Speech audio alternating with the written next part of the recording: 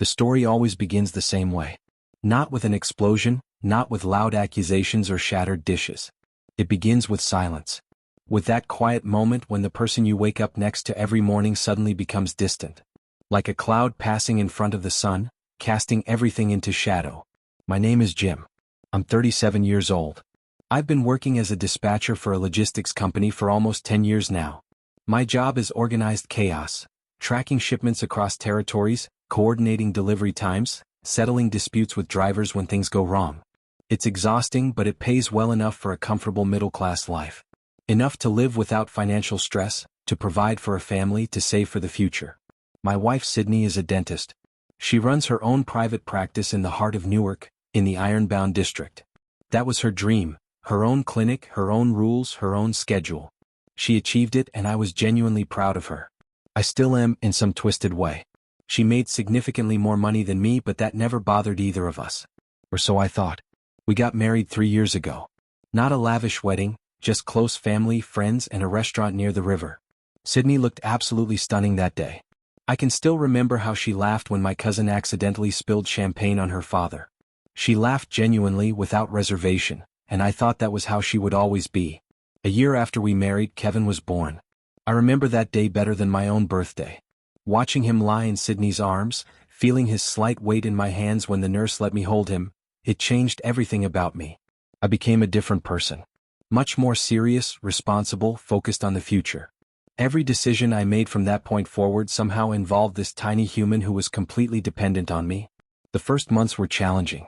Sydney went back to work 6 months after giving birth. I understood that she couldn't stay home for long. Her patients needed her, and her practice simply couldn't function without her. We hired a nanny named Rosa, a kind woman in her 50s who was expensive but absolutely reliable and loving with Kevin. She became part of our family in a way. Those first 2.5 years were genuinely good. We had a solid routine. In the mornings, I'd wake Kevin, give him breakfast, drive him to Rosa's house. Then I'd head to work. Sydney often came home late, especially when she had a lot of patients. We tried to have dinner together, but it didn't always work out.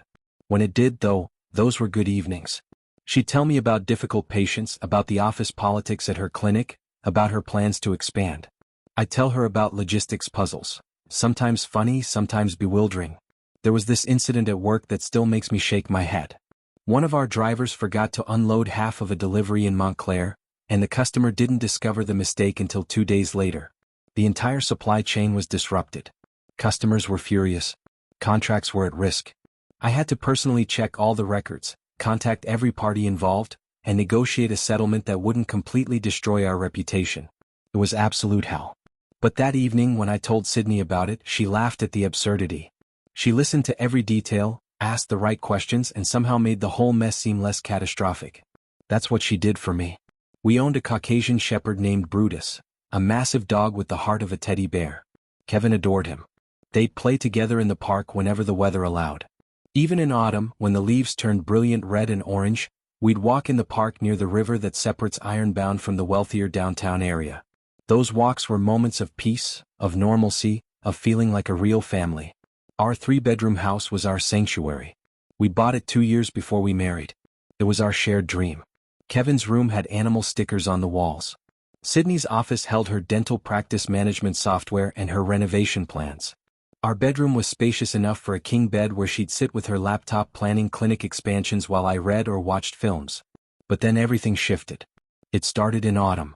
I noticed Sydney paying more attention to her appearance. New haircuts, new clothes, new perfumes. Under normal circumstances, this wouldn't have been unusual, but it happened systematically, continuously. A new dress from Nordstrom, boots from a boutique downtown, new styling products. She looked not just good. She looked like someone preparing for something specific. Someone preparing to be seen by someone. I didn't ask questions. I simply noted the pattern. Then her schedule changed. She started mentioning that certain patients required house calls, consultations outside the office. That seemed odd since her entire practice was based in Ironbound. But she was certain, explaining that one particularly wealthy patient paid well for home visits and recommended her to others. I believed her. Why wouldn't I? She had no reason to lie to me. We were partners. We were a team. One Saturday in December, she told me she needed to spend a weekend at Crystal Springs Resort in the mountains, a professional dental conference. New techniques, advanced treatments, continuing education. Sydney traveled to these conferences regularly, so it seemed perfectly logical. Rosa agreed to watch Kevin. I bought him new toys before Sydney left. Everything seemed normal. But something gnawed at me. I can't explain why exactly, but I felt the need to verify. Not out of paranoia, but out of this strange instinct that something wasn't adding up. The timing, the frequency, the careful way she mentioned things, it all added up to a narrative that didn't quite fit. So I made some calls. Let's call them inquiries to sources, people who knew how to find information when needed. I needed certainty. I wasn't drunk on jealousy, I was desperate for reassurance or clarity. 3 weeks later, everything became clear. The evidence appeared in fragments. Multiple trips to Crystal Springs. Hotel registrations. Photographs. Video footage. I won't go into the specific details of how I obtained this information, but the proof was irrefutable. Undeniable. Concrete. The other man's name was Thomas.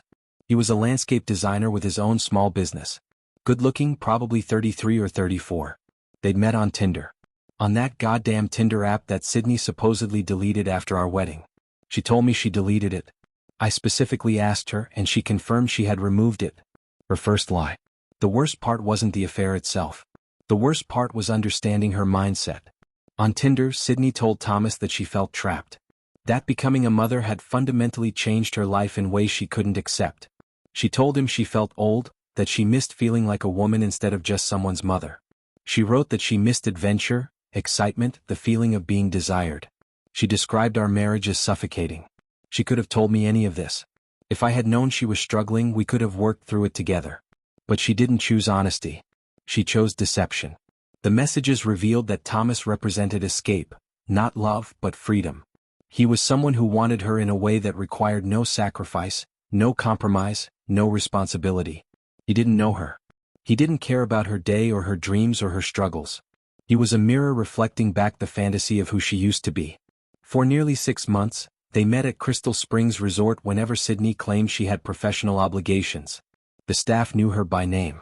They had a regular suite. It was planned, deliberate, habitual. I spent 1 full week after discovering everything in a state of controlled fury.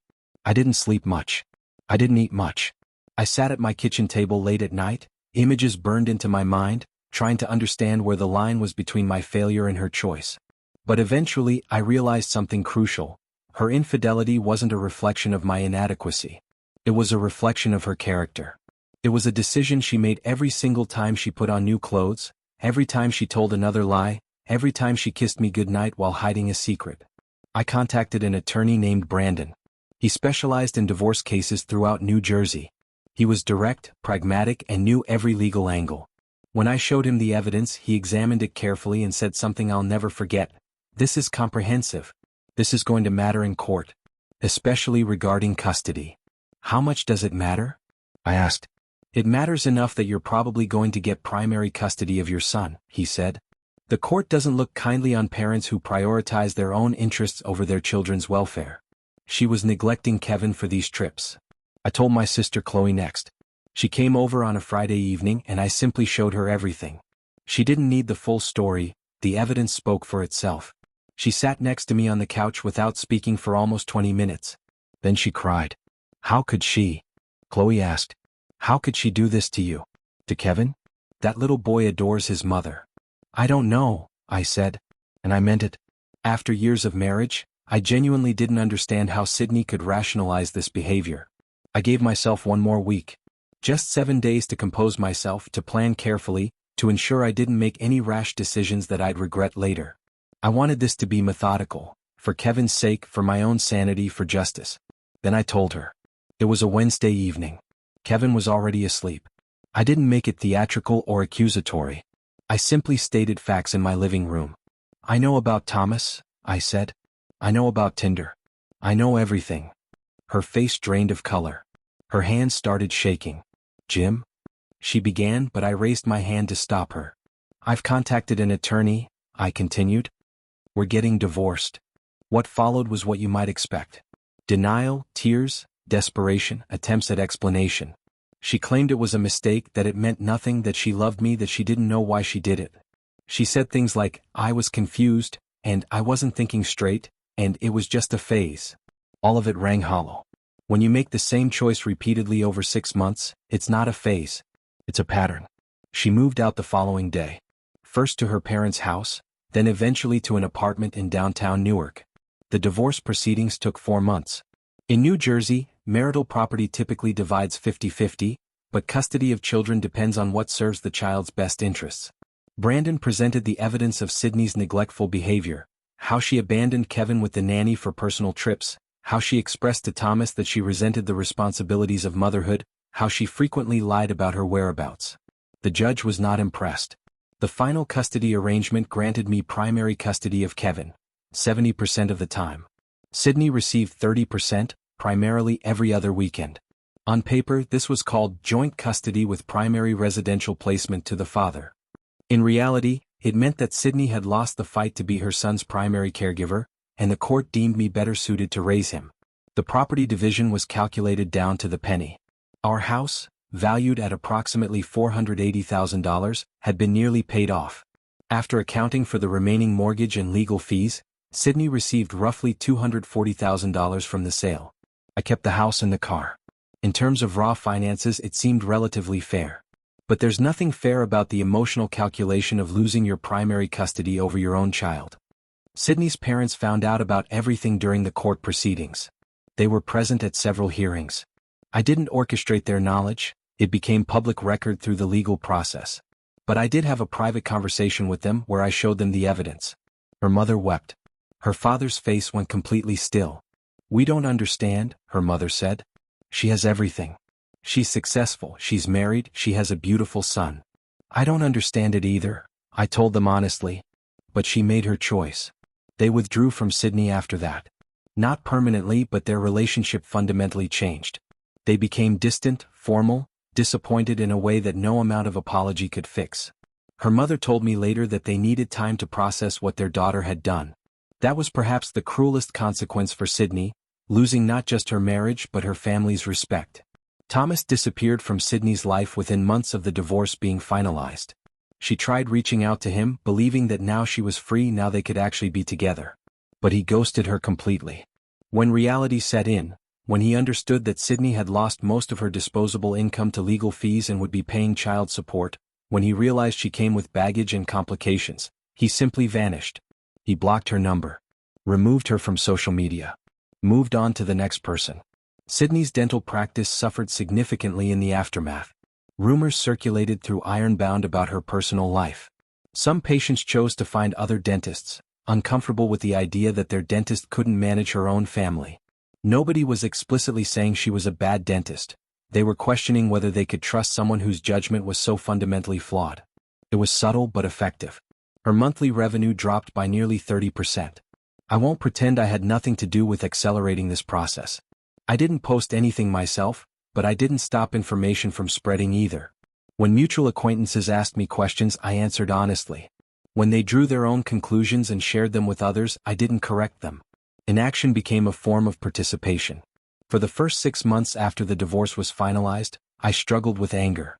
Real anger, the kind that keeps you awake at 3 in the morning, replaying conversations, imagining alternative outcomes where you confronted her sooner or somehow prevented this entire catastrophe. But then I realized something important. Anger was a luxury I couldn't afford. Kevin needed a father who was present and stable, not a man consumed by what his wife had done. So I started seeing a therapist.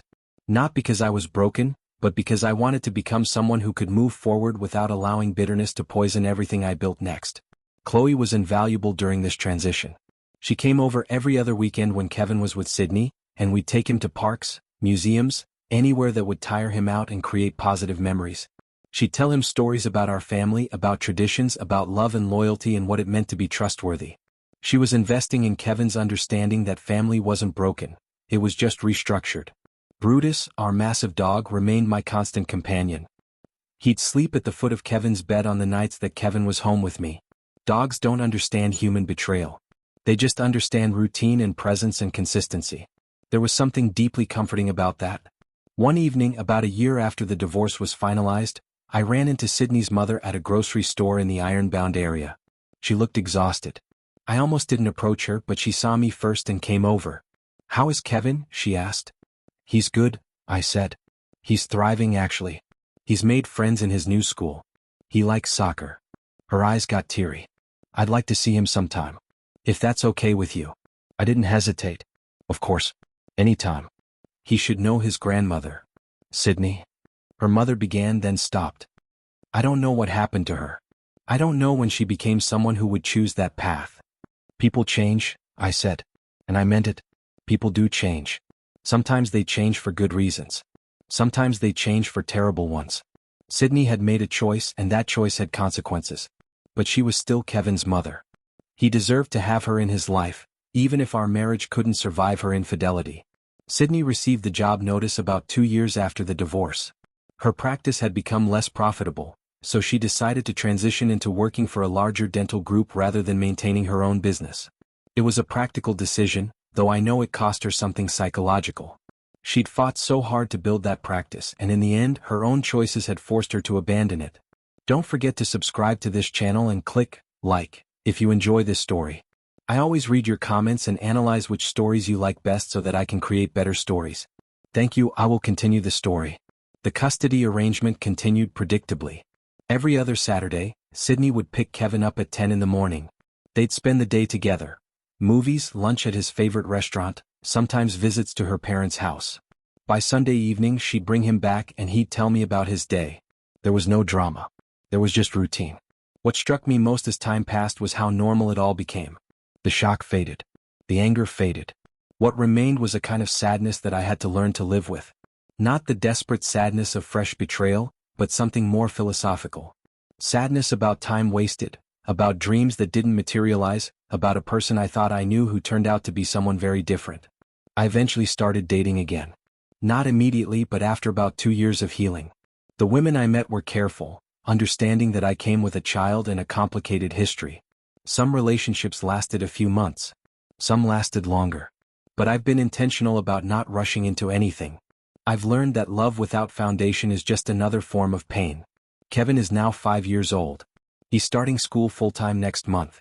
He's a smart kid, curious and kind. He asks about his mother and I answer him honestly.